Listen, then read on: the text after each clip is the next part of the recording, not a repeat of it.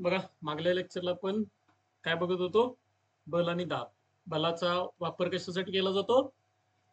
वस्तूची स्थिती बदलण्यासाठी. स्थिती कशी असू शकते? स्थिर तरी असते, नाहीतर गतिमान असते. मग स्थिर वस्तूला गतिमान करायचं असेल तरी कशाची गरज लागणार आहे? बलाची. आणि गतिमान वस्तूला स्थिर करायची असेल तरी सुद्धा कशाची गरज लागणार आहे? बलाची गरज लागणार आहे. आणि काय करायसाठी? दिशा बदलायसाठी. म्हणजे आपण बॅटनं बॉल मारल्यानंतर तो बॉल कुठल्या पण दिशेला जातो ना, वेगवेगळ्या दिशेला जाऊ शकतो. ऍक्सिडेंट झाल्यानंतर गाड्या काय होतात? वेगवेगळ्या दिशेला जाऊ शकतात. ठीक आहे. मग त्यानंतर आपण बलाचा वापर म्हणजे जर एखादी वस्तू आपल्याला गतिमान असेल तर ती गतिमान राहते किंवा स्थिर असेल तर स्थिर राहते. कधीपर्यंत? जोपर्यंत आपण त्याच्यावरती बल प्रयुक्त करत नाही तोपर्यंत. म्हणजे बल लावत नाही तोपर्यंत ती वस्तू हलणार नाही. त्याच्यानंतर मग आपण काय केलं? बलाचे प्रकार बघितले. दोन प्रकार. पहिल्यांदा संपर्क बल आणि असंपर्क बल. मग गाडी ढकलणे, बॅटने बॉल मारणे, गाडा ओढणे, याच्यामध्ये काय होतं रे? वस्तू बरोबर आपला संपर्क येतो, म्हणून त्यांना कसली बल म्हणतात? संपर्क बल. त्याच्यानंतर आपण कुठलं बघितलं? चुंबक काय करतो? टाचण्या आपल्याकडे आकर्षित करतो. झाडावरून फळ खाली पडतं, याच्यामध्ये आपल्याला चुंबकीय बल असेल किंवा गुरुत्वीय बल असेल हे काम करताना बघायला मिळतात. ही बल कसली असतात? कोणत्याही प्रकारचा स्पर्श होत नाही, म्हणजे संपर्क येत नाही, म्हणून ही कसले येतात? असंपर्क बल. त्यानंतर मग आपण काय बघितलं? संतुलित आणि असंतुलित बल. संतुलित बल कशाला म्हणतो आपण? ज्यांच्यामध्ये संतुलन म्हणजेच काय? बलांचं बल जरी विरुद्ध दिशेत असली तरी ती कशी असतात? समान असतात. त्यावेळी आपल्याला काय मिळतं? संतुलित बल मिळतात. म्हणजे इथं उदाहरणात आपण काय लिहिलेलं होतं? तर 100 एवढं बल, मिनिट, हा, 100 एवढं बल एका बाजूला लावलं, दुसऱ्या बाजूला आपण 100 एवढं बल लावलं, तर त्यावेळी बल कशी असणार आहेत? संतुलित. त्याच्यानंतर एका बाजूला 100, एका बाजूला 80, त्यावेळी काय होणार आहे? असंतुलित बल. आणि ज्या दिशेला जास्त बल आहे त्या दिशेला ती वस्तू काय केली जाते? ओढली जाते. बरोबर. त्याच्यानंतर मग आपण काय केलं? एखाद्या वस्तूवरती दोन किंवा अनेक बल जर आपण लावली तर काय होतंय सांगा? बल ज्या दिशेला म्हणजे एकाच दिशेला जर आपण बल लावत असेल तर त्या सगळ्या बलांची बेरीज होते. मग इथं आपण उदाहरणात काय घेतलं? एका व्यक्तीनं 100 बल लावले, दुसऱ्या व्यक्तीनं 50 बल लावले, तिसऱ्या व्यक्तीनं काय केलंय? 70 बल लावले. आणि ह्या तिघांनी पण एकाच दिशेत बल लावलंय म्हणल्यानंतर त्यांची काय होणार आहे? बेरीज होणार आहे. त्याच्यानंतर आपल्याला पुढला नियम कोणता मिळाला? जर विरुद्ध दिशेत बल लावली तर काय होतात? त्यांच्या वजाबाकी इतकं बल प्रयुक्त होतं. आणि ते कोणत्या दिशेला प्रयुक्त होतं? ज्या दिशेला मोठं बल असतं त्या दिशेला. मग आता उदाहरणार्थ इथं आपण काय केलं? म्हणजे पहिल्यांदा आपण विचारात घेतलं होतं की इकडल्या साईडला 100 आणि इकडल्या साईडला 30, तर काय होणार रे? 70 एवढं बल कोणत्या दिशेला काम करणार? उजव्या बाजूला काम करणार आहे. जर समजा इकडं पण 70 लावलं असतं तर काय झालं असतं? संतुलित झालं असतं. आणि इथं 70 पेक्षा जास्त लावलं असतं तर म्हणजे 80, तर काय होणार आहे सांगा? असंतुलित. आणि ही वस्तू इकडे ओढली जाणार आहे 10. बरोबर आहे. हे आपण काय केलं? याच्यामध्ये बघितलं. बघा, या पद्धतीने आपल्याला त्याच्यानंतर मग आपण बघितलं काय? जडत्व बघितलं. आता जडत्वामध्ये आपण काय सांगितलं? जडत्व म्हणजे काय असतं? वस्तू ज्या स्थितीत असते त्या स्थितीत राहण्याची जी प्रवृत्ती असते त्याला आपण काय म्हणतो? जडत्व म्हणतो. मग जडत्वाचे 3 प्रकार येतात. कोणते कोणते? विरामावस्थेतील जडत्व, म्हणजे एखादी वस्तू आपली विरामावस्था बदलू शकत नाही, आणि बदलू शकत नसेल तर त्यावेळी तिच्याजवळ कोणतं असतं? विराम अवस्थेतील बल. उदाहरण काय सांगितलं? आपण सकाळी लवकर उठताना काय होतंय? आपण विराम अवस्थेत असतो. मग विराम अवस्थेतून आपल्याला लवकर उठू वाटत नाही. बरोबर आहे. म्हणून आपण काय म्हणतोय? 5 मिनिटं 5 मिनिटं 5 मिनिटं असं करत असतोय. तर याला कारण काय असते? आपल्या शरीरामध्ये कोणतं जडत्व आलेलं असतंय? विराम अवस्थेतील जडत्व. त्याच्यानंतर गाडीमध्ये जात असताना गाडी पळत असते आणि अचानक ब्रेक मारला की आपण काय करतो? पुढे तोंडावरती पडतो. तर याला कारण काय असतं? तर गतीचं जडत्व. आपल्यामध्ये काय आलेले असते? गती आली असते, आणि गतिमान अवस्था आपल्याला बदलावीशी वाटत नाही. त्यामुळे जे जडत्व तयार होतं ते कोणतं असतं? गतीचं जडत्व. त्याच्यानंतर दिशेचं जडत्व. दिशेचं जडत्व म्हणजेच काय? आपण वळणावरती गेल्यानंतर गाडी वळते, परंतु आपण मात्र वळत नाही. आपण काय होतो? तर त्यावेळी बाहेरच्या साईडला झुकतो. याला कारण काय असतं? तर आपल्याला कोणतं जडत्व आलेलं असतं? दिशेचं जडत्व. आपल्याला दिशा बदलूशी वाटत नाही. म्हणजेच आपल्या ह्या प्रवृत्ती आहेत. कशाच्या प्रवृत्ती आहेत रे? विरामावस्था न बदलण्याची प्रवृत्ती. त्याच्यानंतर काय? गती न बदलण्याची प्रवृत्ती. आणि काय न बदलण्याची? तर दिशा न बदलण्याची प्रवृत्ती. यालाच काय म्हटलं जातं? तर जडत्व असं म्हटलं जातं. बघा, आता आपल्याला काय करायचंय? तर याच्या पुढला भाग बघायचा आहे. याच्या पुढला भाग म्हणजेच आपल्याला काय बघायला मिळणार आहे? आता आपण दाब बघणार आहोत. दाब वेगवेगळ्या पद्धतीनं कशा पद्धतीनं काम करतात हे आपल्याला काय करायचंय बघायचं आहे. तर आता बघा आपला पहिला भाग झाला तो म्हणजेच कोणता बल झालं. आता आपण काय विचार घ्यायचाय तर दाब विचारात घ्यायचा आहे. मग आता बघा पहिल्यांदा आपण दाब म्हणजे काय असतं तर याचा विचार करूया. तर दाबाची एकदम सरळ सोपी व्याख्या आहे ती म्हणजेच काय तर बघा एकक क्षेत्रफळावर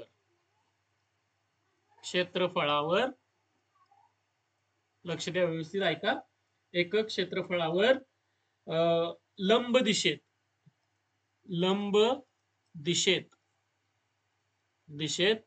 प्रयुक्त होणारे बल किंवा लंब दिशेत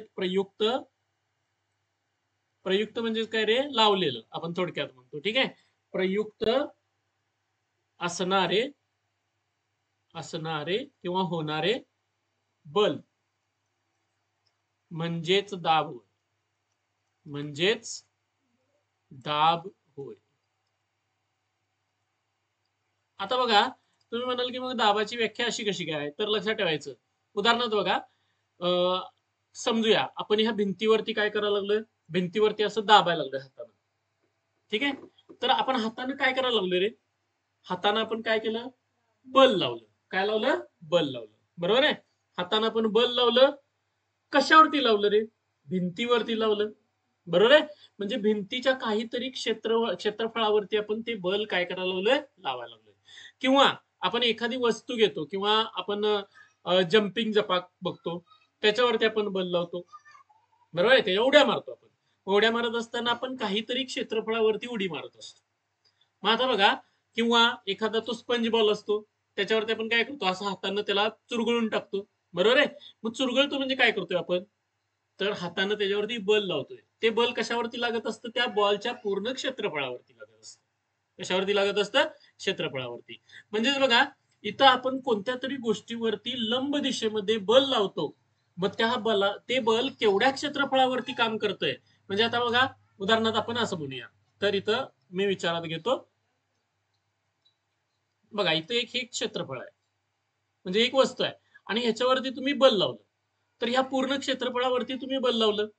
मग बल जर लंब दिशेत लावत असाल कशा दिशेत लावायचं असतं लंब दिशेमध्ये जर लावलं तर त्यावेळी एकक क्षेत्रफळावरती लंब दिशेत प्रयुक्त असणारे बल म्हणजेच काय असतो दाब असतो.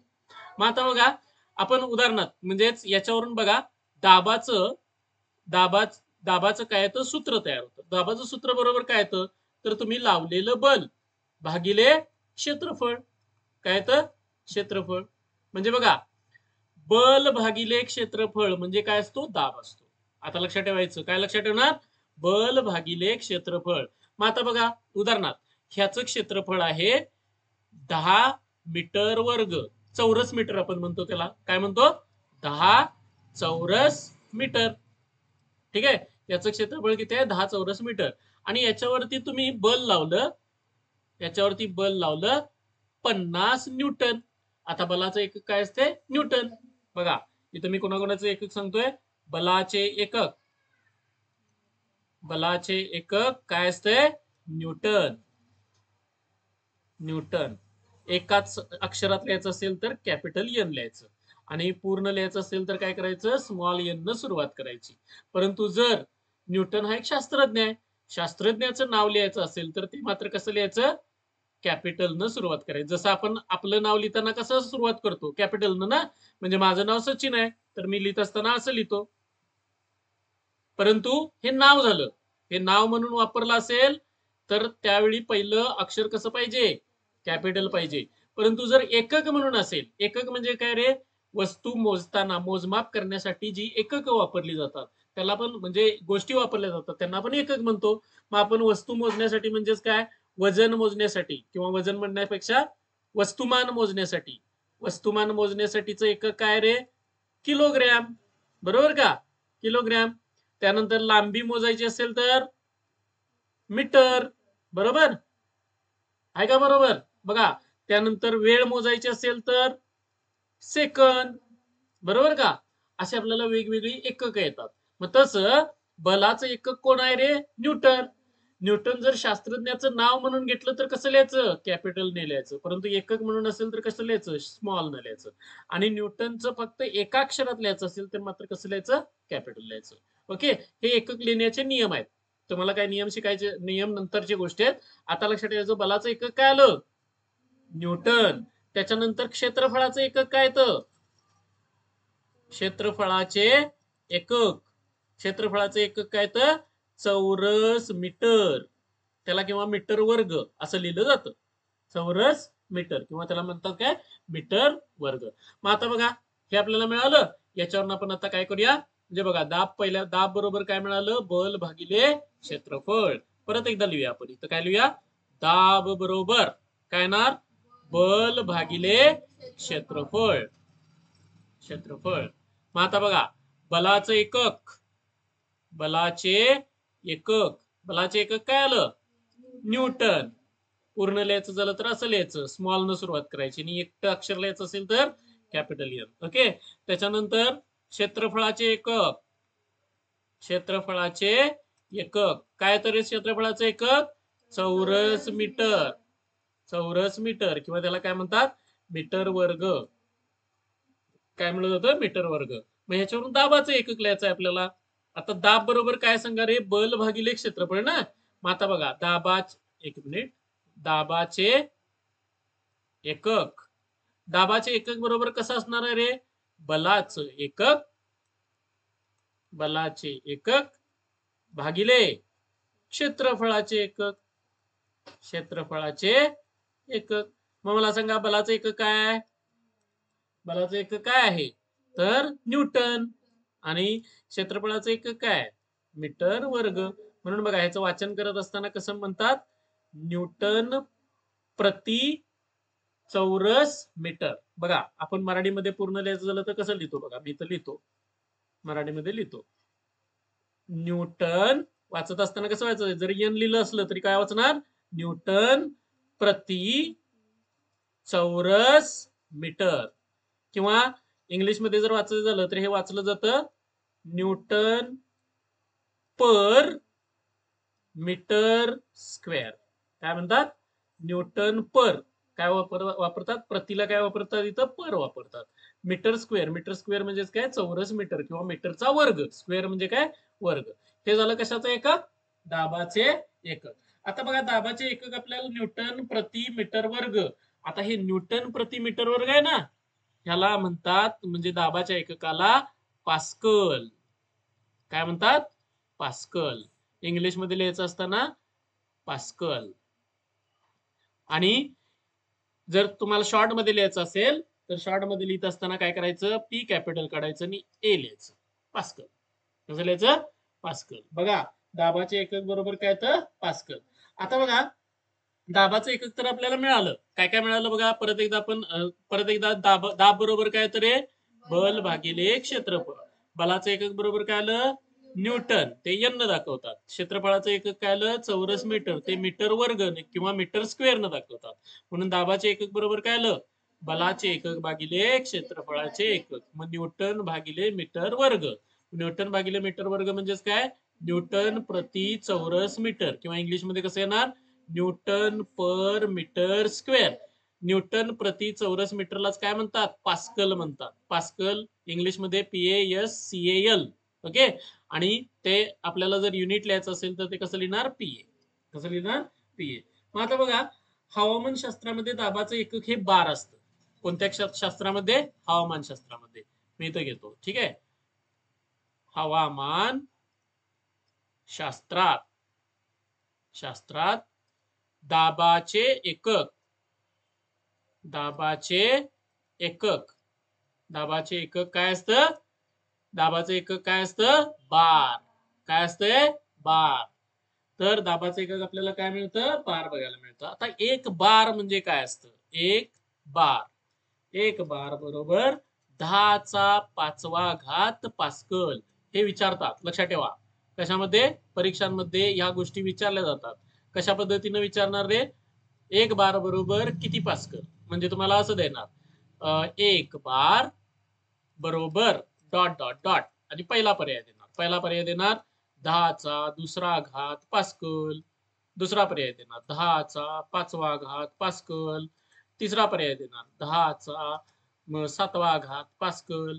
आणि चौथा पर्याय देणार 10चा 3रा घात पास्कल. उत्तर कोणतं असणार आहे तुमचं? पर्याय नंबर 2. लक्षात येते का? अशा पद्धतीच्या गोष्टी विचारल्या जातात. एक बार बरोबर काय येणार? 10चा 5वा घात पास्कल आपल्याला बघायला मिळतं.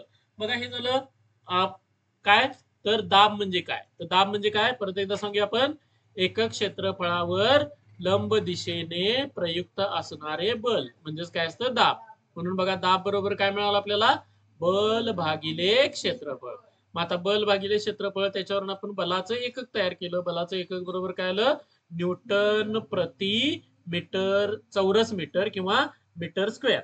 आणि त्यालाच आपण काय म्हणतो? पास्कल. म्हणून त्याचं युनिट काय झालं किंवा एकक काय झालं? पास्कल झालं. आता त्याच्यानंतर हवामानशास्त्रामध्ये दाबाचं एकक काय वापरलं जातं? बार. आता एक बार बरोबर काय असतो? 10चा 5वा घात पास्कल. ओके, तरी आपल्याला मिळालं. आता आपल्याला स्थायूवरील दाब, स्थायूवरील दाब एक साधी गोष्ट आहे. स्थायूवरील दाब. आता स्थायूवरील दाब जो असतो तो कशावरती अवलंबून असतो? बघा, क्षेत्रफळावर अवलंबून असतो. तर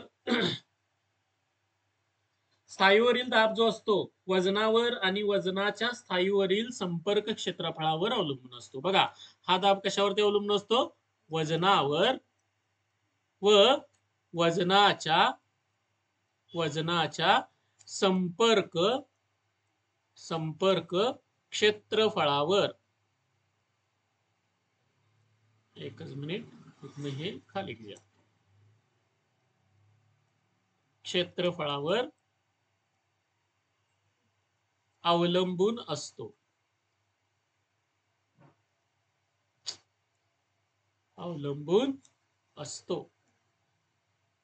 बघा अर्थ काय? वजनावर आणि वजनाच्या संपर्क क्षेत्रफळावर. याच्यासाठी बघा, आता उदाहरणार्थ बघा, इथे एक काठी बांधली अशी. ठीक आहे, ही एक काठी आहे. किंवा आपण काय म्हणूया, एक फळी आहे. ठीक आहे, अशी फळी आहे. ओके, आता या फळीवरती तुम्ही काय केलं? इथं बसला. तुम्ही इथं बसला, काय होणार रे? फळी अशी वाकणार ना? अशी होईल का? असं वाकडं होईल, बरोबर आहे? म्हणजे फळीवरती तुम्ही इथं बोजा दिलाय. समजा तुमच्या बाजूला एक जण आणि बसला, लगेचच लागून, बरोबर आहे? तिसरा जण इकडे आणि बसला, काय होणार? आणि वाकणार, बरोबर आहे? मग फळीची जेवढी कपॅसिटी असेल तेवढं इथं काय होणार? वजन चालणार आहे. समजा इथं फळीची कपॅसिटी 100 किलो आहे आणि तुम्ही तिघ जण झाला 25-25 किलोची. ठीक आहे, आणि एक जण बसला. आता काय होईल बघा, पूर्ण आता लेवलला आलेला असणार आहे. आणि याच्यामध्ये जर आणि एक जण पाचवा येऊन बसला तर काय होणार रे? काडकन फळी मोडणार, बरोबर आहे? म्हणजे बघा, फळीवरती तुम्ही दाब दिलाय, तो कुठं दिलाय रे? एकाच ठिकाणी दिलाय. म्हणजे बघा, वजनावर. कशावरती अवलंबून आहे? वजनावर. आता वजनाचा संपर्क कुठं आहे रे? एकाच बिंदूवरती आहे, बरोबर आहे? आता आपण काय करूया, ह्या लोकांना ना असं विस्कटून बसूया. आता इथं जसं बसवलं होतं तसं आता काय करूया, परत फळी घेतली. आता ही फळी आहे असं समजा. आणि आता इथं एक जण बसला, इथं एक जण बसला, इथं एक जण बसला, इथं एक जण बसला, इथं एक जण बसला. आता मात्र काय होणार रे सांगा? आता तुमची फळी मोडणार नाही. का मोडणार नाही? कारण संपर्क क्षेत्रफळ काय झालं? बदललं. मगाशी संपर्क क्षेत्रफळ केवढं होतं? एवढंच होतं. आता मात्र संपर्क क्षेत्रफळ केवढं आहे? एवढं सगळं, बरोबर का? कारण एक जण इथं बसलाय, एक जण इथं बसलाय, एक मध्ये बसलाय, एक इकडल्या साईडला बसलाय, एक इकडल्या साईडला. त्यामुळे संपर्क क्षेत्रफळ बदललं. आणि संपर्क क्षेत्रफळ जर बदलत असेल तर स्थायूवरील दाब सुद्धा काय होतो? बदलतो.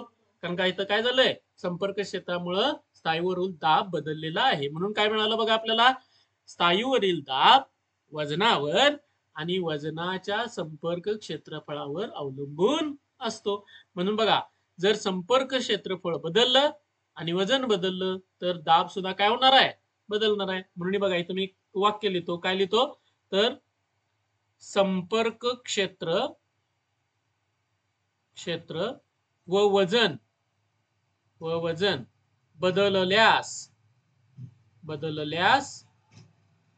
बदलल्यास स्थायूवरील दाब बदलतो, बदलतो, अरे बदलतो, काय होतो, स्थायूवरील दाब बदलतो. म्हणजे बघा, स्थायूवरील दाब हा संपर्क क्षेत्रफळावर अवलंबून असतो. आता दुसरा येतो तो म्हणजेच काय, तर द्रवावरील दाब. दुसरा दाब येतो तो काय, किंवा द्रवामधील दाब आपण म्हणू शकतो. द्रवाचा दाब, कुणाचा दाब म्हणजे आपण आता, द्रवाचा दाब. आता द्रवाचा दाब कसा असतो तो आपल्याला विचारात घ्यायचा आहे. काय मिळणार आपल्याला, द्रवाचा दाब. तर द्रवाचा दाब हा द्रवाच्या पातळीवर अवलंबून असतो. द्रवाच्या पातळीवर अवलंबून असतो. पातळीवर अवलंबून असतो. आता द्रवाची पातळी म्हणजे नेमकं काय, तर आपण त्याचा विचार करूया. उदाहरणार्थ, तर लक्षात ठेवायचं, आता घरामध्ये तुम्ही एक टाकी बसवली आहे, पाण्याची टाकी, ठीक आहे. थोडीशी ती पहिल्यांदा इकडे घेतो. बघा, हे आपल्या घरात मध्ये बाथरूम आहे आणि या बाथरूम मध्ये आपण एक टाकी बसवली, ठीक आहे. आता टाकीला इथं काय केली, तुम्ही चावी बसवली, ठीक आहे. आता बघा, ह्या चावीतून पाणी इथं तुम्ही काढताय. काय करताय, इथं चावीतून पाणी काढताय.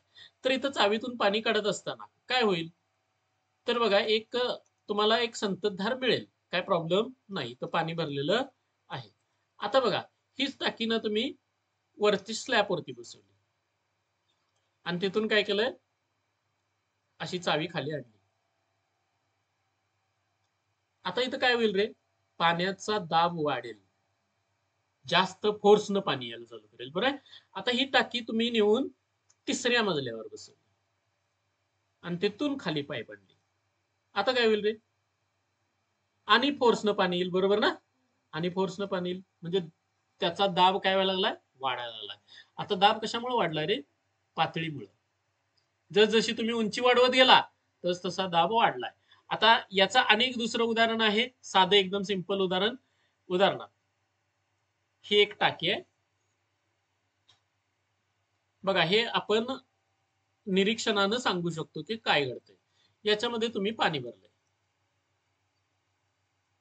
इथं काय केलंय, पाणी भरलेलं आहे, बघा असं पाणी भरलेलं आहे, सगळीकडे पाणी भरलेलं आहे. आता ह्याला तुम्ही इथं एक छिद्र पाडलं, दुसरं छिद्र इथं पाडलं आणि तिसरं छिद्र इथं पाडलं. तर लक्षात ठेवायचं, आता काय होईल बघा, तुम्हाला दिसून येईल हे छिद्र जे आहे, पाण्याची पातळी कुठे आहे रे, इथं आहे ना, पाण्याच्या पातळीच्या लगेच खाली आहे. केवढ्या अंतरावरती, एवढ्या उंचीवरती. बघा, एवढ्या उंचीवरती हे छिद्र आहे. हे कुठल्या उंचीवरती आहे सांगा रे, एवढ्या उंचीवरती आहे दुसरं छिद्र. आणि तिसरं कुठं आहे बघा रे, इथं आहे, म्हणजे केवढ्या आहे,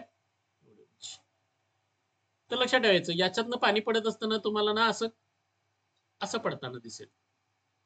इथं याच्यातून पाणी पडताना ते थोडस असं पुढे जाईल, जरासं असं पुढे जाईल, आणि याच्यातून जे पाणी असणार आहे ते प्रेशरनं पुढे जाईल. आता याला कारण काय सांगा रे, पाण्याची पातळी. म्हणून बघा, इथं वाक्य काय वापरले, द्रवाच्या पातळीवर अवलंबून असतो. कशाचा दाब, द्रवाचा दाब हा कशावरती अवलंबून असतो, द्रवाच्या पातळीवर. म्हणून बघा, इथं पातळी बदलली, पहिल्या पातळीवरती पातळी कमी आहे, पाणी हळू पडायला लागले. पातळी वाढली, पाणी काय होणार, जरा जास्त. पातळी अजून वाढवली, जरा फास्टच पडणार पाणी. अशा पद्धतीने आपल्याला काय मिळतं, तर पाण्याच्या पातळीवरती द्रवाचा दाब अवलंबून असतो. बघा, त्याच्यानंतर आपल्याला पुढलं येतं ते म्हणजेच काय, वायूचा दाब. कुणाचा बघायला येतो, वायूचा दाब. आता वायूचा दाब असतो ना, हा सगळीकडं समप्रमाणात काम करत असतो, समप्रमाणात. आता याला कारण काय आहे, वायू सगळीकडे काय होतो रे, पसरतो. काय होतो, आता बघा, ह्या खोलीमध्ये सुद्धा वायू पसरलाय आणि सगळीकडे वायू सारखा आहे, का म्हणू शकतोय आपण सांगा. नाहीतर मग काय झालं असतं, जर समजा सगळीकडे वायू पसरला नसता तर काय झालं असतं, मधीच कुठेतरी रिकामी जागा राहिली असती आणि त्या जागेत गेला असता असं, तर तुम्हाला काय झालं असतं रे, श्वास घ्यायला हवाच नाही, असं झालं असतं. आणि त्या भागात गेलं की तुम्ही काय म्हणणार, त्या भागात गेलं की हवाच नसती, मग तिथं श्वास घ्यायला येत नाही, असं होतंय का कुठं, नाही होत. म्हणजे सगळीकडे हवा कशी पसरते, समप्रमाणात पसरते, आणि त्यामुळे त्याचा दाब असतो तो सगळीकडे काय करतो, एक सारखा पडत असतो. मग ह्या वायूचा दाब जो असतो, मग वायूचा दाब हा कशामध्ये मोजला जातो? तर समुद्र सपाटीवरती मोजला जातो. त्याला वातावरणीय दाब म्हणतात. काय म्हणतात? वातावरणीय दाब. आता बघा आपल्याला विचार करायचा आहे वातावरणीय दाबाचा. तर वातावरणीय दाबाचा जर तुम्ही विचार केला तर वातावरणीय दाब हा म्हणजेच पृथ्वीभोवती जर तुम्ही पृथ्वी घेतली, ही पृथ्वी आहे समजून घ्या. काय आहे? पृथ्वी. आणि या पृथ्वीभोवती वातावरण आहे. आता हे वातावरण ना पृथ्वीभोवती किती अंतरापर्यंत आहे? तर 16 किलोमीटर अंतरापर्यंत आहे. परंतु विरळ होत जातं. म्हणजे जवळ पृथ्वीच्या जवळ कसं आहे वातावरण? घन माध्यम आहे. वरती जसं जसं जाल तसं काय होत जातं? हवा कमी कमी होत जाते. म्हणून लक्षात ठेवायचं, जसं तुम्ही उंचावरती जाल तस तसं ऑक्सिजन कमी पडायला चालू होतो. म्हणून बघा गिर्यारोहक म्हणजे कोण रे? डोंगरावरती चढणारी लोक ते असतात ना, ती जसं जसं वरती जातील तस तसं त्यांना काय व्हायला चालू होतं? श्वास घ्यायला अडथळा तयार होतो. कारण काय असतं? जसं तुम्ही वरती वरती उंचावर जाल तस तसं हवा काय होत जाते? विरळ होत जाते. आणि विरळ होते म्हणजेच काय? तिथं त्याचे प्रमाण कमी होत जातं. आणि प्रमाण कमी व्हायला लागलं की तिथं ऑक्सिजनचं प्रमाण कमी पडतं. म्हणून बघा, काही वेळेला जास्त उंचावरती तुम्ही जर गेला तर त्यावेळी काय होतं? वातावरणीय दाब जास्त होतो आणि आपल्या शरीरामध्ये असणाऱ्या रक्ताचा दाब वाढतो आणि मग गुन्हा फुटणं म्हणजे नाकातनं रक्त येतं, माहित आहे ना? तर गुन्हा फुटण्याचं कारण काय असतं? काही वेळेला म्हणजेच हे दाब बदलतात. काही वेळेला लागल्यानंतर सुद्धा काय होतो? गुन्हा फुटतो. परंतु वातावरणीय दाब जर कमी झाला तर लक्षात ठेवायचं, आपल्या वरती हवेचा दाब आहे, आपल्या डोक्यावरती. म्हणजे आता जर आपण इथं उभा राहिलोय तर लक्षात ठेवायचं, आपल्या डोक्यावरती असा 1 सेंटीमीटर किंवा आपल्या डोक्यावरती असा एक वायूचा काय तयार होतोय? तर स्तंभ तयार होतोय. आणि हा वायूच्या स्तंभाचं वजन कुणाच्या डोक्यावरती आहे? थोडक्यात बघा, डोक्यावरती बुट्टी घेतल्यानंतर बुट्टीमध्ये काय काहीतरी भरून घेतलंय तर त्याचं वजन असते ना. तसंच आपल्या डोक्यावरती पण आता काय आहे? हवा आहे. आणि त्या हवेचं वजन आपल्या डोक्यावरती पडतंय. मग आता हे हवेचं वजन कुणामुळे हे केलं जातंय? म्हणजेच संतुलित केलं जातंय. तर आपल्या शरीरामध्ये सुद्धा पोकळी जागा आहेत. आणि त्या पोकळ जागेमध्ये सुद्धा हवा भरलेली आहे. आणि त्या हवेमुळे काय होतंय बघा, त्या पोकळ जागेमध्ये तयार झालेल्या दाब आणि वातावरणाचा दाब समान असतोय. नाहीतर काय झालं असतं माहितीये काय? आज जर समजा हवाच नसती, आपल्या शरीराच्या आत हवा नसती, तर काय झालं असतं रे? तुम्ही हा प्रयोग करून बघा. घरामध्ये म्हणजे आता आपल्याला तसा डायरेक्ट करता येत नाही. काय करायचं? एक बॉटल घ्यायची. साधा प्रयोग सांगतोय. काय करायचं? बॉटल घ्यायची. ती कुठनंही लिकेज नसली पाहिजे. ठीक आहे? आता काय करायचं? त्यात गरम पाणी गरम करायचं. काय करायचं? पाणी गरम करायचं आणि त्याच्यात ओतायचं. ठीक आहे? ओतल्यानंतर त्याची वाफ असणार आहे. गरम पाणी आहे ना, पाण्याची वाफ. वाफ ना पूर्ण बॉटलमध्ये भरू द्यायची.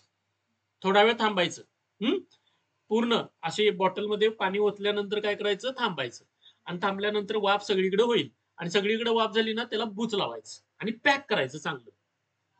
बाहेरची हवा आत जाता कामा नये किंवा आतली हवा बाहेर येता कामा नये. पॅक करायचं.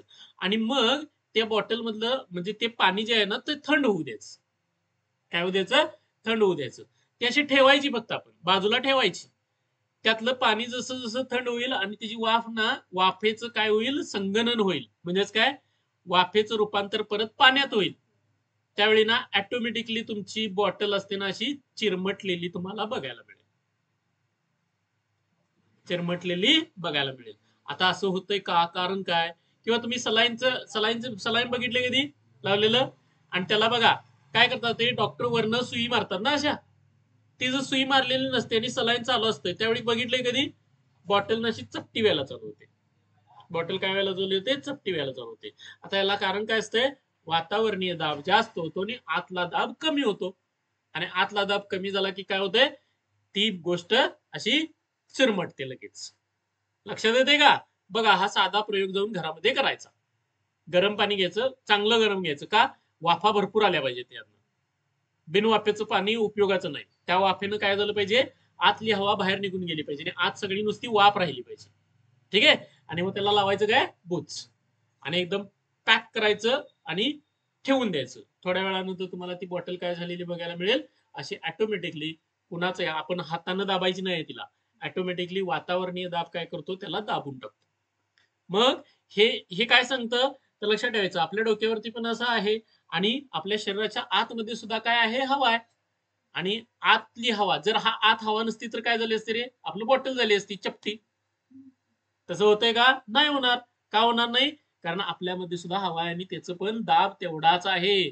म्हणून वातावरणीय दाब हा संतुलित झालेला असतो. मग आता वातावरणीय दाब म्हणजे काय असतं, तर लक्षात ठेवायचं, समुद्र सपाटीवर किंवा समुद्र सपाटीला हवेचा जो काय दाब असतो त्याला, बघा, समुद्र सपाटीवरील समुद्र सपाटीवरील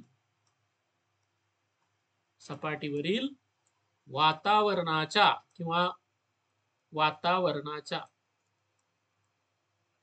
वर्णाच्या किंवा वायूच्या, आपण म्हणूया त्याला काय म्हणूया, वायूच्या दाबाला दाबाला वातावरणीय दाब म्हणतात. काय म्हणतात, वातावरणीय वातावरणीय दाब म्हणतात. वातावरणीय दाब म्हणतात. आता हा वातावरणीय दाब जो असतो त्याला एक ऍटमॉस्फियर म्हणतात. काय म्हणतात त्याला, एक ऍटमॉस्फियर.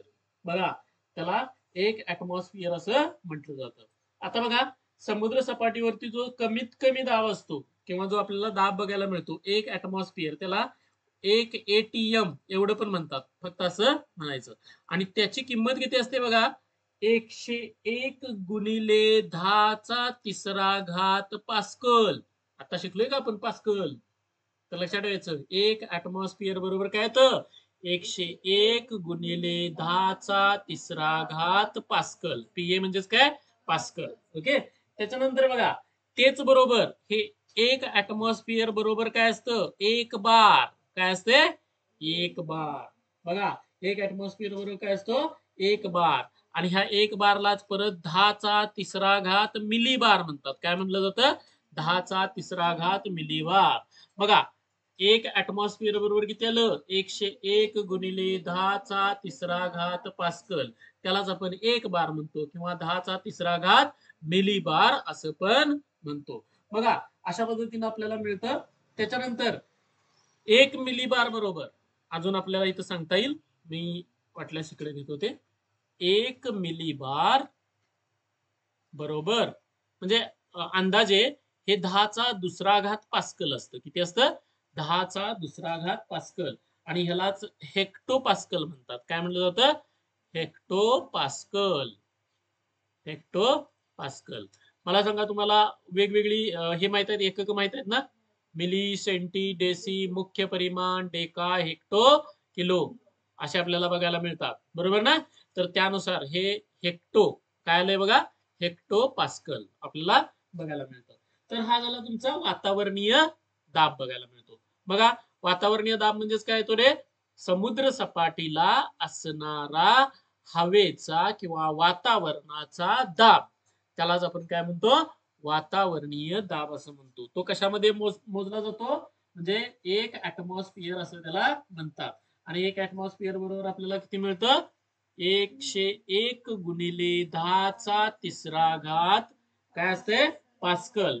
आणि त्याच्यानंतर त्यालाच आपण काय म्हणतो, एक बार किंवा 10⁻³ मिली बार किंवा 10⁻² काय येतं, पास्कल म्हणजेच काय असतं, हेक्टो पास्कल. त्याला काय म्हणलं जातं, हेक्टो पास्कल असं म्हणतात. बघा, हे आपल्याला मिळालं कशाबद्दलचं, दाब काय असतो याच्याबद्दलचं. इथपर्यंत लक्षात आलंय, सगळ्यांच्या लक्षात आलंय का, काय आपण आता बघितलं, तर दाबाबद्दल